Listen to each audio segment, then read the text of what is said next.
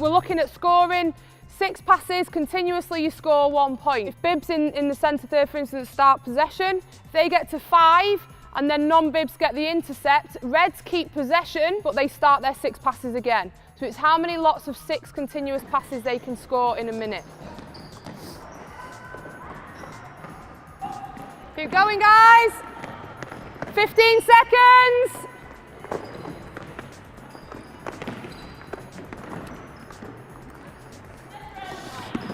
We're going to add in a progression onto it. You're going to keep possession till you lose possession in the middle. If the other team turn it over, you take possession, you keep possession till you lose possession. The amount of time we're going to see how many points we can score in this third.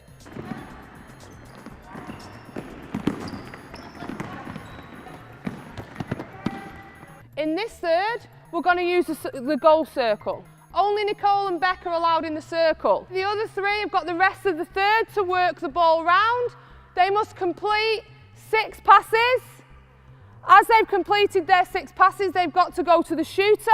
The shooter must score for that point to count. So you might complete your 6 passes, but if the shooter misses, that point won't count. How did you get stuck and what could you have done to get out of it? You got to 6 and then you felt like you had to force the ball into the circle. Yeah, you've completed 6 passes, but it might take 26 passes for you to score a goal. Just maintaining that intensity and working the ball around and making sure we've got clean ball into the circle and not putting our shooter under pressure. So we could have used our shooter to actually open space to give ourselves more time as centre court or attackers to open up the space and then attack again.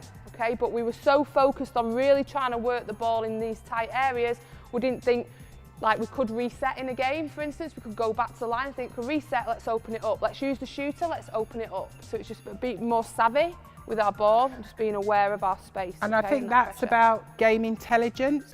30 seconds to go.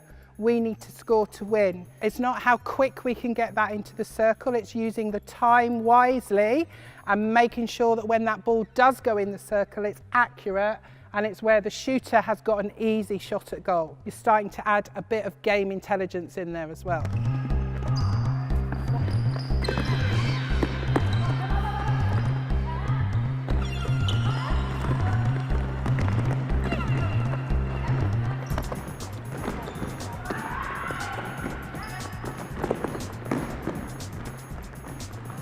How many points did we manage to score? 2, so a massive improvement in this third. Non-bibs, what do you think you did better? Your space? So you were more patient with your ball, working your triangles, making sure you had clean lines, yeah? Anything else?